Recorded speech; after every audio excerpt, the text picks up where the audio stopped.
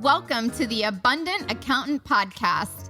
This is where accountants come to learn all the ways you can grow your firm. When you are in doubt, we are here to help you out. If you're ready to learn, ready to grow your firm, then you are in the right place to sharpen those skills and increase your revenue.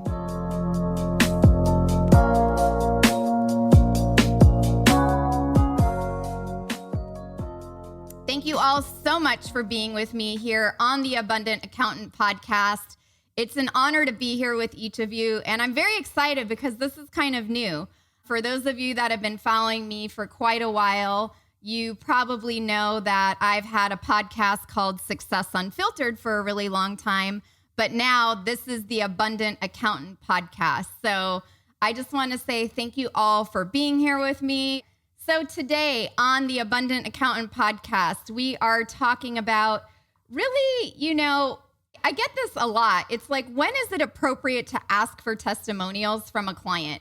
And I've frequently heard from accountants confess that they feel uncomfortable asking for testimonials. And you know what? I get it. I understand why.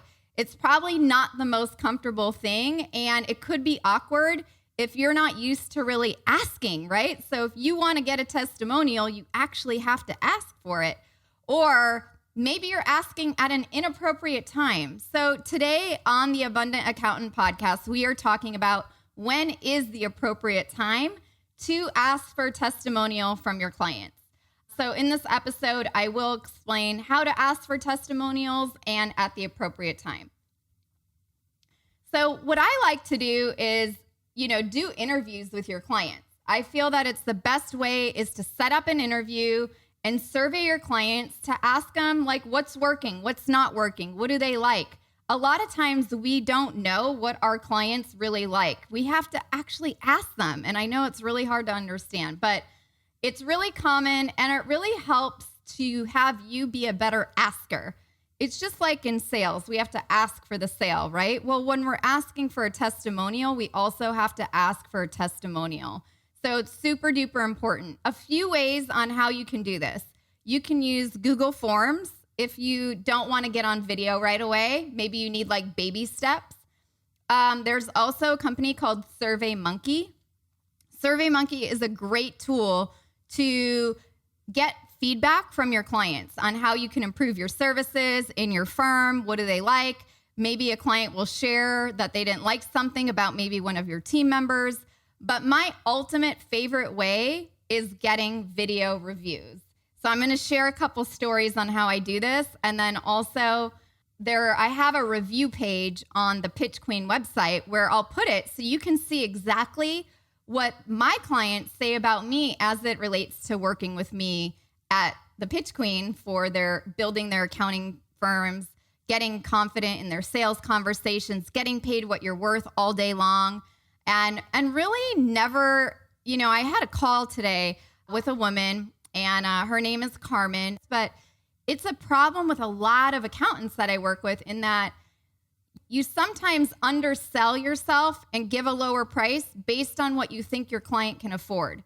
All of this type of stuff, though, you can learn by doing an interview with your clients and learning about what's really important to them. Because what's important to them is always different about what's important to us. So I always like to say when you are getting testimonials from clients, you really want to use what clients are saying to you. So I actually keep track of what people say to me, and then I ask for their permission to use it in email marketing or even if you guys are doing some advertising. I know a lot of the accountants I work with have websites, and this type of stuff is awesome to put on your website. It's literally like gold. I would say my client review page is like gold. And one of the things that Carmen said is she went to the client review page and she saw a familiar face and she's like, I remember that guy and I remember that he learned from you. So by having her see that, it helped me out, right? And now I'm going to be able to work with her. So you want to make sure that you get permission to use their emails and any feedback in your marketing or advertising. I always go through my emails, and I'd like each of you to do that today. I guarantee you have great testimonials buried in your inbox. So you can go through your emails, look for reviews, check out your social media. A lot of you do have Yelp accounts and Google reviews. You can pull those Google reviews and Yelp reviews and turn them into really, really great testimonials. And what I do is I create myself an acknowledgement folder. And so somebody yesterday actually emailed me a really, really, really long message in Facebook Messenger. So I copied and pasted it. I put it on a Word doc, converted it to PDF, and moved it into a folder called Testimonials. It's really nice to see that people love what you're doing. And B, it's really great to be able to share this with other people when you need to pull from it. And you might be working with a client and maybe they say, you know what, I want to talk to other people that you've worked with. That's going to happen. And if it happens, you want to know what's amazing? You can go right to that folder and have your ammunition to talk to them about how maybe you can better help them. All right, so here is a few examples of what people have said to me. So I believe that it's really important to save any good, great emails, number one. But number two, we need to ask to do like a video interview when you get a little bit more comfortable. But I save emails, I turn them into little testimonials, and then what I do is I ask the client, hey, would this be okay? Because sometimes in an email, it's not really structured for a testimonial format. So what I like to do is just say, hey, can I tweak this and change it? And now I've got a great testimonial and I can add it to my client review page. Would you be okay with that? And send it in an email, and typically they're going to say yes. Because let me tell you, if you've helped somebody at a really, really, really high level, they want you to be able to share that with more people. People want to help other people. And when you ask for client reviews, it's a way to pay it forward. So if you're kind of thinking like, oh, I hate asking, I don't really want to ask, I get it. I totally understand, because you're not alone in this situation. There's a lot of people and a lot of other accounting professionals that hate this part. However, if you're working in a specific niche, having these testimonials is literally gold. It'll bring you more clients of who you want to work with. Because if, let's just say, who was it? I think Luke. I had a client, Luke. And Luke has a whole website for dentists, and he specializes in working with dentists. And I knew Luke was going to get some testimonials from his clients. But if you go to a lot of your pages, there's not a ton of client reviews and testimonials. There might be some on Yelp, there might be some on Google, but we need to transfer that onto your main pages. A, it brings you credibility. B, it brings you a way for other people to see how it is working with you. And it will eliminate the objection of, oh, well, can I talk to some of your other clients that you've worked with? Because how many of you have had that problem? Right? If you think about it, it's a big one. It's a big objection that a lot of people get. And you want to make sure that you can help overcome a lot of objections by doing it in your reviews. So that's one of the things that I recommend. But the next thing is really listening. And I know we're going to get really, really into talking about this, but I like to use the 80-20 rule. And the 80-20 rule goes like this. You want to listen 80% of the time and only talk 20% of the time. I know it sounds crazy, but it's really, really true. And when you listen really, really intently and really close and you're like with your clients, people will tell you everything. For example, people share a lot of times about what their past accountant or what they want in their future accountant when you meet a new client, right? They tell you, oh, my last accountant never called me back. Or my last accountant, they charged too much money and they didn't save me enough in taxes. Or, what I'm really looking forward in my future accountant is someone who takes a proactive role. Maybe it's something along those lines, but you have to listen really, really, really, really close. And when you listen closely, you can hear key words that will invite you the opportunity to possibly ask for a client review in the future, because you'll know what the key word is that they like to talk about.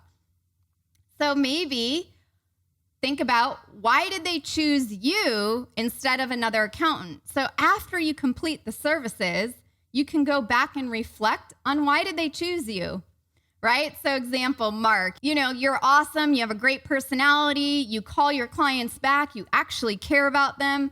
They're not one of 1,000 clients because Mark only works with the elite qualified top people. Maybe it's some of that stuff.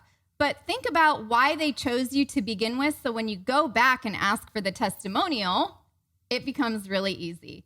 So, and also why they are choosing you for the future. So think about when they choose you, what is that future end result that they're looking for? Very, very important. I'll give you another example. So in my last 8-week sales class, there was a woman. Her name is Kate. Kate is amazing. And Kate would share with me, now I'm not an accountant, but I work with them, right? I have a lot of accounting friends, and I'm surrounded by really amazing, intelligent people like you. And Kate is a CPA, just like a bunch of you listening right now. And she really wanted to get confident in her sales conversation. And I was literally committed to do whatever it took to make sure that at the end of 8 weeks, her confidence was maybe at a 1. I needed it at an 11, like above a 10. Because that was the most important thing to her. That's what she was asking for. So I listened closely and made sure. After she got the result, I asked her to do a testimonial. So you don't want to ask until you actually have delivered the result. And honestly, you can't always deliver the result for people because the people have to do the work. But Kate showed up to every class. She did all the homework. She was perfect. She did everything 100% right. And she was able to also see the financial results of doing the work and making it happen. But here's what happened is that her confidence went from a 1 to an 11. And that's what I captured in her client review. And it's on my client review page that it'll be up on thepitchqueen.com very shortly. Katie and I are working on that as we speak. So how do you ask for a testimonial? You might be wondering, like, well, what do I do? And asking for reviews is really only awkward if you make it awkward. So think about it that it's actually going to help more people. If you are able to get a couple of client reviews from people you've helped for 5-10 years, if you've been around a little bit, or maybe you're brand new in your practice and you need to acquire a couple clients, think about this process as you bring on new clients, because it works like clockwork. And start off by saying that their opinion matters to you. And it really does. I mean, you have to actually believe it, but their opinion of the review of your services, be it your monthly services, be it your tax resolution services, be it your tax planning services, be it your, tax audit protection. So all of that, you want to know your client's opinions on, so you can share it with other people that might want to enroll and work with you in your services. Or maybe they say their business has been really going great and, based on what you've helped them with, you want to explore that and share it with the world. So really open up with a compliment before you ask for the testimonial. So that's what I'm getting at. Like with Kate. I said, Kate, I am so impressed with what you did. She was able to get a new client on board for about $9,500. And the client wanted to only pay, I think, $8,500. And through working with me, Kate was able to go back with confidence, and the client enrolled with her at $9,500. She did not have to agree to the price that her client thought he could afford. The client could afford the $9,500. What's $1,000 difference? That's nothing. What I wanted to make sure of is that her confidence was from here to here. That's what I wanted to see. And that's what happened. So not only was Kate's confidence a 1 to an 11, but this was the right opportunity for me to ask her for a client testimonial or review on the class. And I did it in 2 different ways. The first way I did it was in video. So I got on video on Zoom and I recorded it. I asked her a couple questions and she was able to communicate what she loved about class. In addition to that, I asked her for a written testimonial. So maybe 3 to 4 sentences that she would email to me with a photo, because on my client review page, you will notice 2 things. There's some in video format and there's some in non-video format, just a picture and some words. So those are the real big main differences in coming opening up the conversation of asking for a testimonial with a compliment. So some other reminders. Remember to always send them a thank you email, thanking them for the testimonial if you get one. I sent Kate an email today, actually, because this is a fresh testimonial I got, and really thanked her for A, taking out the time, and B, coming through and emailing me her photo and a written testimonial. It's really important to thank people and acknowledge them for what they're doing for you, because they didn't have to give you a testimonial. But if you pose it in a way that not only is it going to help you, but you'll be able to serve and help more people, it's a domino effect. But it's your job as the accountant to ask, because this is one of the things that will create a lot of abundance, not only in your own life, but for more of your clients that you're working with. And remember, if your client is a business owner, which I know a lot of you want to work with more higher level clients and business owners, offer to link their business back to your website underneath their review. So you can actually link their website. Let's say they are Freshly, that fresh prepared meal company, kind of like the business that I used to have back in the day. If you just put their link there, it'll link it directly to their website and they might get a new client. So it's a win-win-win situation across the board. And always get permission before using a testimonial. So I always like to make sure, hey, I'm going to use it here and there, and I ask it, and then I hit the record button. So you want to make sure that people are okay with you having and using their testimonials on your services in your firms. And make sure that you have really helped your clients first. I have seen that some of the biggest mistakes come because you don't ask for the testimonial at the right time. You have to wait until the full service is done. So maybe you get a new client like right now, and then you ask 12 months from now, but you're always listening for the different things why did they choose you over another accountant? What was really important to them? What do they want to get from you that they weren't getting from their previous accountant? Those are all really critical, because you can ask in your client review testimonial, and you can bring up these stories and these situations. And really, that client is probably going to be so happy because they didn't have to deal with all the other things they dealt with their past accountant, because now they're with you, but you get to address them and bring it up. So make sure to have a client notes area in whatever system or Excel spreadsheet you have for your accountants. And that's a really important factor. So I have one goal for you to accomplish over the next week, and that is to ask for one testimonial this week at an appropriate time after you have helped your client get to where they wanted to go when they first met with you. This could even be a client that you've had for years. If you've never asked any of your clients on your roster for a testimonial, I just want you to practice the ask and just try it and see what happens, because honestly, this will be a really big game changer in your business and attracting more clients that you really want to help and serve and grow that firm of abundance, right? This is the Abundant Accountant Podcast. So that is my ask, and I think a great homework assignment to do over the next week or two, and just, put things into action.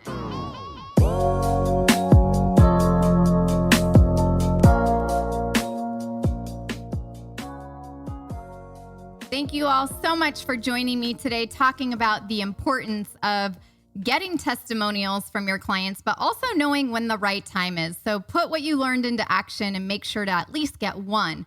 Also, if you have a quick second, please leave me a rating and a review on iTunes and subscribe to the show.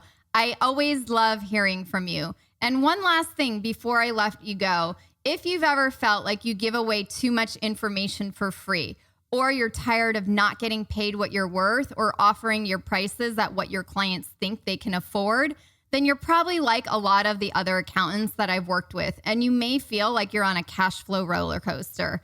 But I have a solution for you.